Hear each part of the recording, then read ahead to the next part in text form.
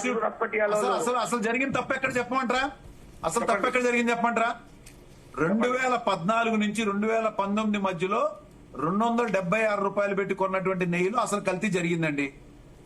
అసలు నిజంగా ఆ టైంలో మేము ఇన్వెస్టిగేషన్ ఇప్పుడు దానికి సంబంధించి అనిల్ సింఘాల్ మీద యాక్షన్ తీసుకున్నారు సార్. అందుకని ఇప్పుడు మీకు అనిల్ సింఘాల్ మీద యాక్షన్ తీసుకున్నారు కదా, మరి మీరు కూడా ఇప్పుడు ఈ టర్మ్ లో ఉన్న వాళ్ళ మీద యాక్షన్ తీసుకోవాలి కదా. అది చైర్మన్ అయినా లేకపోతే ఈఓ అయినా లేకపోతే ఇంకా వేరే వాళ్ళైనా తీసుకోవాలి కదా. ఆధ్యాత్మికమైనటువంటి నమ్మకం ఆ విషయం తెలిసే జరిగినటువంటిది 14 to 19 ఇమీడియట్ గా యాక్షన్ తీసుకున్నారు కదా. అదే అంటే మేము నమ్మకంతోనే వెళ్ళాం గానీ కక్షపూరితంగా వెళ్ళలేదు. కక్షపూరితంగా ఎల్లుండుంటే దాన్ని కంపల్సరీ దాని మీద దృష్టి పెట్టేవాళ్ళం, ఎంక్వైరీ చేయించేవాళ్ళం వెంటనే ఒకటే ఆఫీసర్లు కానీ ఇదే విధంగా చంద్రబాబు వైవి సుబ్బారెడ్డికి సంబంధించి అయితే సరే వాళ్ళు టీడీపీ ఆరోపణ చేస్తుంది వేరు గాని భూమన కరుణాకర్ రెడ్డిని అక్కడ టీటీడీ చైర్మన్ గా నియమించడం అండ్ పాస్ట్ తెలుసు కదా, పాస్ట్ హిస్టరీ తెలుసు కదా, ఎందుకు నియమించాల్సి ఒకటి వెన్ ఆ పర్సన్ అక్కడికి వచ్చి అంతకుముందు ఆయన అంతకుముందు కూడా చేశారు కదండి. బట్ ఆయన అంతకుముందు చేసిన కామెంట్స్ అయితే గుర్తున్నాయి కదా. కామెంట్స్ గుర్తున్న దానికి మీరు అంతకుముందు నాస్తికుడు అన్నప్పుడు అక్కడ జరుగుతున్నటువంటి దానికి మనం మాట్లాడుకోవాల్సింది ఇది. నేనేం చెప్తానంటే టీటీడీని రాజకీయ పునరావాస కేంద్రంగా టీటీడీ అనండి. నేను అసలు ఏ దేవాలయానికైనా రాజకీయ పునరావాస కేంద్రం ఉండకూడదు. రాజకీయ పార్టీ సభ్యత్వం అఫిలియేషన్ మెంబర్సే ఉండకూడదు. దాని మీద మీరు ఒక పని చేద్దామండి. దాని మీద డెఫినెట్ గా ఉండకూడదు. మీ అబ్జర్వేషన్ గానీ ఎంతో మంది మనోభావాలు డిస్క్వాలిఫై చేయాలి రాజకీయ పార్టీ మెంబర్స్. కంపల్సరీ ఒక రిప్రజెంటేషన్ ఇద్దాం. ఒక రిప్రజెంటేషన్ ఇచ్చి ఈ విధంగా మాకు పలానా వీళ్ల మీద నమ్మకం లేదు, ముఖ్యంగా అన్ని మతస్థులు అనే వాళ్ళని ఇక్కడికి రానివ్వకూడదు, లేదా వాళ్ళు అన్ని మతస్థులతో ఎక్కడైనా కలిసినట్టుగా ఈ మతంలో ఉండి రాజకీయ పార్టీలో ఉన్నా సరే రాజకీయ పార్టీ నేతలకు వేరే ఎజెండాలు ఉంటాయి. భక్తులు వేరు, రాజకీయ పార్టీ నేతలు వేరు కదా. చాగంటి కోటేశ్వరరావు చేయండి చైర్మన్, గరకపాటి ఉన్నంత వరకు గరకపాటి చేయండి చైర్మన్. చిత్తశుద్ధితో పనిచేశారా లేదా, పద్ధతిగానే ఉన్నారా, లేకపోతే దాన్ని ఏమన్నా తప్పుదో పట్టించారా, ఇది కూడా మనం ఆలోచించుకోవాలి కదా. ఇది ఆలోచించుకునే కదా మనం మాట్లాడాలి. క్లీన్ చిట్ ఇవ్వలేదు. మేము చెప్పేది క్లీన్ చిట్ మేము ఇవ్వలేదు. చెప్పండి.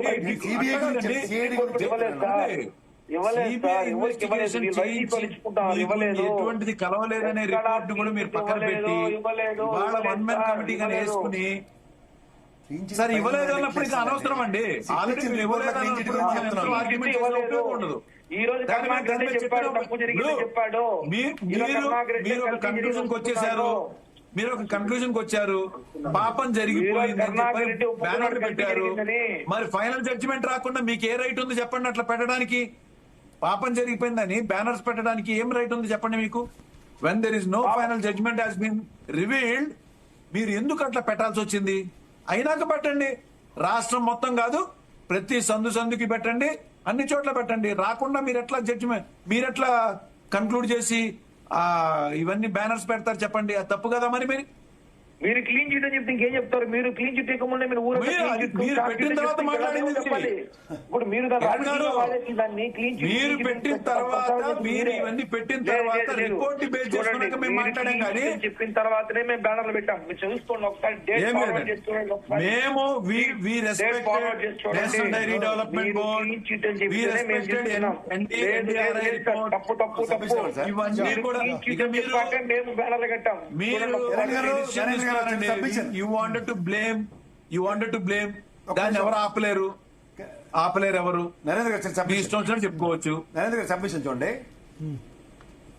ఎగ్జిస్టెన్స్ ఆఫ్ గైడ్ లైన్స్ అన్న దగ్గర ఫైల్ నెంబర్ 7 లో ఎంత క్లియర్ గా చెప్పిందంటే CBI SIT containing miscellaneous papers while prove the existence of guide lines the testing of ghee particular analysis through CFTRL Mysore. This suggests that a protocol for sending samples anadani the 2022 directive another 2022 lo as suggested by the then chairman TTD board. బాబా ఎవరికో prompting కూడా ఇస్తున్నట్టుకున్నారు palm oil తో జరిగింది అన్నది. నేను ఇందాక చదివాను palm oil అన్నది. అది కూడా ఎక్కడ బోలే బాబాకి సంబంధించిన కంపెనీలో 57 లక్షల టన్ను స్టాక్ కొన్నానని రికార్డులు వెరిఫై చేశారు. పామాయిల్ అన్న దగ్గర వెజిటబుల్ ఆయిల్, వెజిటబుల్ ఫ్యాట్, మీరు ఇందాక చెప్తున్నారు చూడండి, వెజిటబుల్ ఫ్యాట్ రిక్వైర్డ్ దానికన్నా తక్కువ ఉందనే వ్యాన్ రిజెక్ట్ చేశారు. ఇది యాక్సెప్ట్ చేయండి.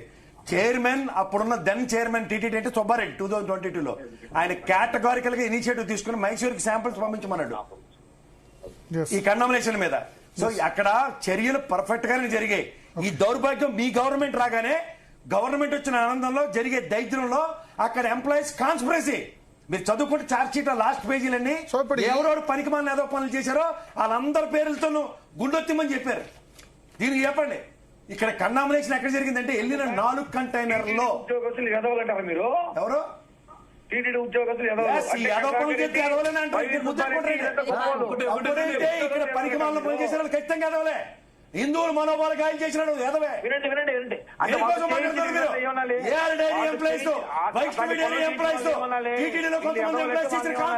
ప్రసాద్ గారు వినండి, వీళ్ళ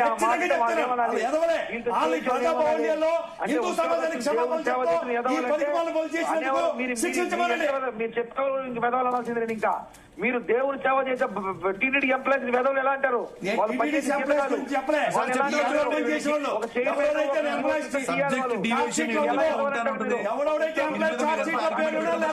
పట్టుకొని వెదవులంటారు మీరు? ఎందుకనో ఎవరు చెప్పండి ఏదో పని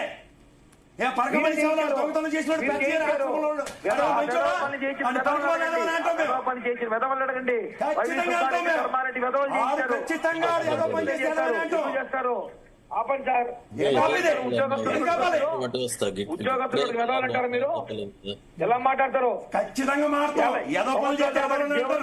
లంచాలు తీసుకోకుండా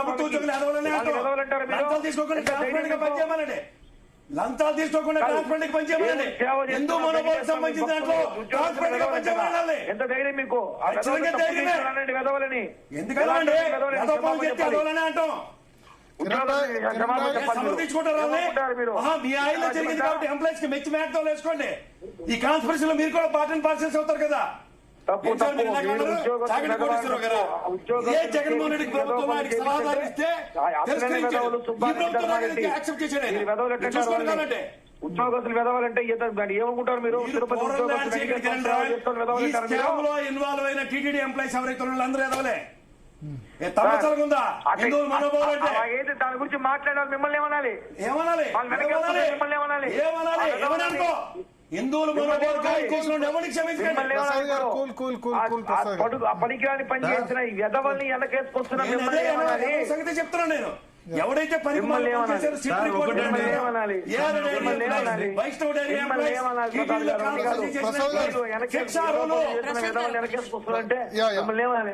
నిమిషం ప్రసాద్ గారు అన్నారు ఒక మాట, చాగంటి ఆ సమయంలో బాధ్యతలు తీసుకోలేదు, ఈ సమయంలో బాధ్యతలు తీసుకున్నారు ఈ గవర్నమెంట్ లో అన్నారు. మేబీ ఆయన ఆలోచించి ఉండొచ్చు గవర్నమెంట్ గురించి. పొలిటికల్ కంపల్షన్స్ లో ఒక్కొక్కరికి ఒక్కొక్క ఎడ్జ్ ఉన్నప్పుడు ఈవెన్ అలాంటి ప్రచారకర్త కూడా చాగంటి మేబీ ఆయన వేరే ఆలోచించి ఉంటారు. అదే చెప్తున్నాడు పొలిటికల్ రీజన్స్ అన్నప్పుడు ఆయన అప్పుడు ఎస్టాబ్లిష్ చేసినప్పుడు అదే చాగంటి గారు ఈ జగన్మోహన్ రెడ్డి గారి ప్రభుత్వం పోయిన తర్వాత తెలుగుదేశం గవర్నమెంట్ లో పొలిటికల్ కంపల్షన్స్ ప్రభావితం చేసేయ నిజంగా అలాంటి దేవదేవుడి సన్నిధిలో మీరు అన్నట్టు అలాంటి మహనీయులు ఉండవు, నేను యాక్సెప్ట్ చేస్తాను. కానీ ఆ టెన్యూర్ లో మన టీటీడీలో ఏమో అక్రమాలు జరుగుతున్నాయి లేకపోతే అని అనుకోవచ్చు కదా, ఆయన వేరే ఉద్దేశం చెప్పొచ్చు కదా సార్. నాకు పెద్ద జీరు ఉన్నాడు చెప్పాలి కదా, పెద్ద జీరు ఆశ్రమంలో పనిచేస్తున్నాడే పరకమని ఏదో పని చేసింది.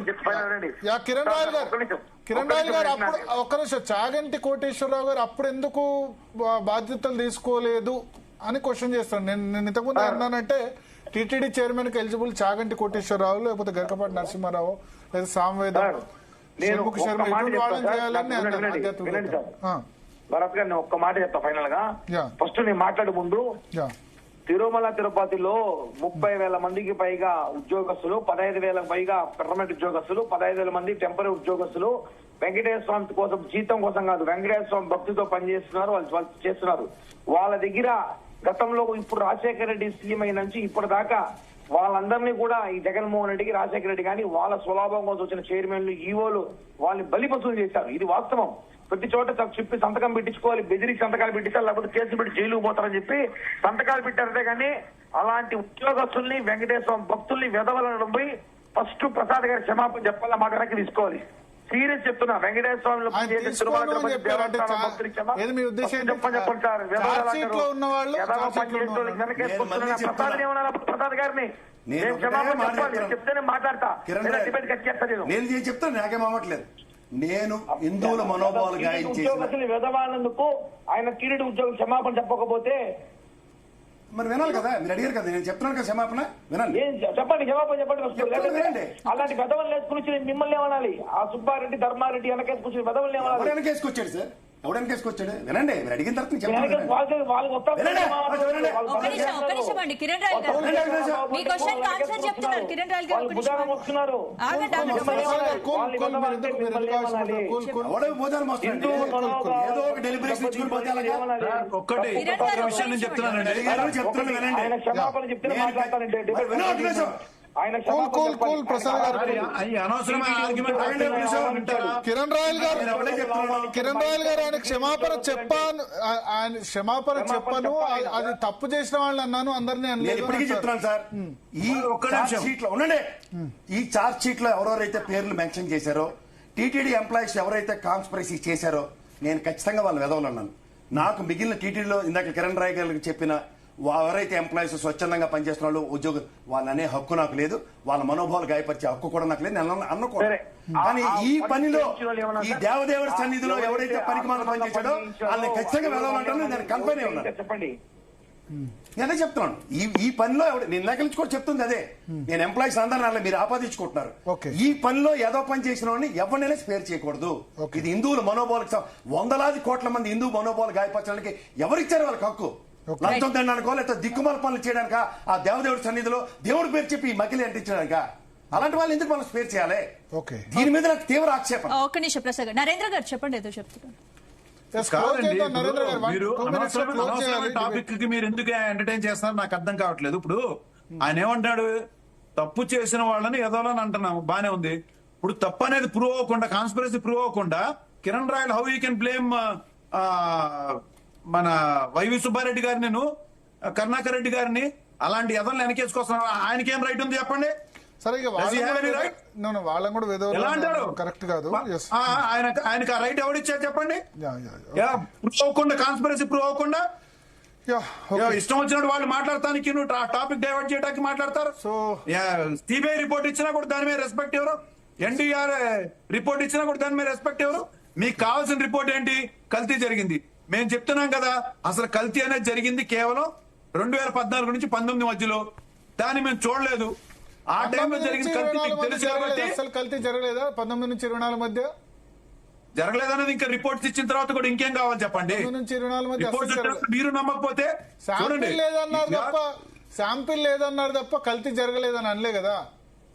Animal fat కూడా సరే, పోనీ మీరు ప్రూవ్ చేసుకోండి, శాంపుల్ తెచ్చుకుని ప్రూవ్ చేసుకుని మీరు కూడా మాట్లాడండి. హ్యాపీ ఫీల్ ఉంటే జరగలేదన్నారు కదా. మీరు అంటే శాంపిల్ 24 వచ్చిందన్నారు తప్ప 14 నుంచి 19 మధ్య అయినప్పుడు 19 to 24 కూడా జరుగుతుంది. ఆ మాట అంటే అయిపోద్ది 14 నుంచి. ఎందుకంటే చేంజ్ సిస్టమ్ జరుగుతున్నటువంటి దాన్ని ఓన్లీ 14 to 19 మీకు ఐడెంటిఫై శాంపుల్ దొరికింది. No, are you not satisfied? Only sample దొరికి మీకు టెస్ట్ పంపించుకున్నారు కదా. ఓన్లీ 14 to 19 మాత్రమే. 19 to 20 సిస్టమే ప్రాబ్లం. అంటే the rate, 300 రూపాయలకి నెయ్యి కొంటే డెఫినెట్ గా కల్తీ అవుతుంది. నేను చెప్పేది అదే. 350 రూపాయలకి నెయ్యి కొంటే కల్తీ. బేసిక్ ప్రాబ్లం ఆ టైంలో కొన్నది ఆ రేట్ తోనే కాబట్టి నేను అంత కాన్ఫిడెంట్ చెప్తున్నా కల్తీ జరిగిందని. కూడా దాదాపు అదే రేట్ లో కొన్నారు. లేదండి, 320 దాటి 320 రూపీస్ తో కొన్నారు. 276 ఇన్ఫ్లేషన్ ఉంటది కదా, 276 రూపీస్ ఇన్ఫ్లేషన్ ఉంటది కదా, 320 రూపీస్. చాలా డిఫరెన్స్ ఉంది. వెన్ ఇట్ లార్జ్ క్వాంటిటీస్ లో కొన్నప్పుడు ఆ రేటుకి వేరియేషన్స్ వస్తుంది. మేము చెప్తున్నాం కదా, వీళ్ళు నేషనల్ డైరీలకు సంబంధించి డైరీ బోర్డు ఇచ్చిన, రీసెర్చ్ ఇన్స్టిట్యూట్స్ ఇచ్చిన, నేషనల్ డైరీ రీసెర్చ్ ఇన్స్టిట్యూట్ ఇచ్చిన రిపోర్ట్ ని సిబిఐ ద్వారా మేము చేయించిన, వీళ్ళు సాటిస్ఫై అవ్వట్లేదు. ఇప్పుడు కొత్తగా ఒక కమిటీ వేశారు. సరే, కన్క్లూడ్ అయింది కదా అని చెప్పని సాటిస్ఫై అవ్వనప్పుడు మీరు ఎన్ని డిబేట్స్ పెట్టినా they are not satisfied. They wanted to blame ultimately. కాబట్టి మీరు ఏం చేద్దాం అనుకున్నా దాన్ని ఏం చేయలేం. Yeah. But we're on one stand అండి, we're on one stand. Yeah తప్పు జరగలేదు, ఎస్ దాని మీద మేము చాలా కరెక్ట్ గానే ఉన్నాం. సిబిఐ మీద నమ్మకం పెట్టుకున్నాం, Yes. సిబిఐ మా కరెక్ట్ గానే అది ఇచ్చింది రిపోర్ట్. Okay. దాన్ని వీళ్ళు నమ్మట్లేదు. Yes. 1 man కమిటీ వేసుకుంటారు, 100 మంది కమిటీ వేసుకుంటారు, వాళ్ళ ఇష్టం. యా థ్యాంక్ యూ నరేంద్ర గారు. అదేవిధంగా అల్టిమేట్ గా నుంచి ఎవరు తప్పించుకోలేడండి. Yeah okay what I can say. Yeah thank you Narendra భగవంతుడి నుంచి గారు, ఎవరు తప్పించుకోలేడు. కిరణ్ రాయల్ గారు. సో మొత్తానికి స్పందన ఒకటైతే 400 రూపాయల కిలో నెయ్యి కొనాల్సిన అవసరం లేదు. టీటీడీ దగ్గర పుష్కలంగా భక్తులు ఇచ్చే డబ్బులు ఉన్నాయి, ప్రభుత్వ సొమ్ము కాదు అది. అవసరమైతే 800 కాదు 1000 రూపాయల కిలో పెట్టైనా ఇప్పటి నుంచైనా ఒక సిస్టమ్ ఏర్పాటు చేయాల్సిన అవసరం ఉంది. తక్కువకు ఈ తిరుమల లడ్డు విషయంలో క్వాలిటీ విషయంలో రాజీ పడాల్సిన అవసరం లేదు. రెండోది మీడియా అయినా రాజకీయ పార్టీలైనా తిరుమలని ఒక టీఆర్పీ సెంటర్గా, టీఆర్పీ అంటే టెలివిజన్ రేటింగ్ పాయింట్స్, ఆ టెలివిజన్ రేటింగ్ పాయింట్స్ సెంటర్గా మార్చుకుంటే ఇటువంటి పరిస్థితి వస్తుంది. మూడవది దేవాలయాల పాలక మండలి. నేను ఒక్క తిరుపతి అనట్లే, తెలంగాణ, ఆంధ్రప్రదేశ్ దేశవ్యాప్తంగా ఉన్న దేవాలయాల పాలక మండలి సభ్యుల్లో రాజకీయ పార్టీ సభ్యత్వం ఉంటే కనుక గతంలో పనిచేసిన సరే ఇప్పుడు రాజకీయాల్లో యాక్టివ్ లేకుండా రాజకీయ పార్టీ సభ్యత్వం ఉంటే వాళ్ళకి పాలక మండలి మెంబర్స్గానే నియమించకూడదు. కేవలం భక్తులకి ఆధ్యాత్మికవేత్తలకి మాత్రమే అవకాశం ఉండాలి. అప్పుడు ఇటువంటి ఇష్యూస్ ఏ దేవాలయాల్లో కూడా రావు. సో చిన్న బ్రేక్ తీసుకుందాం. బ్రేక్ తర్వాత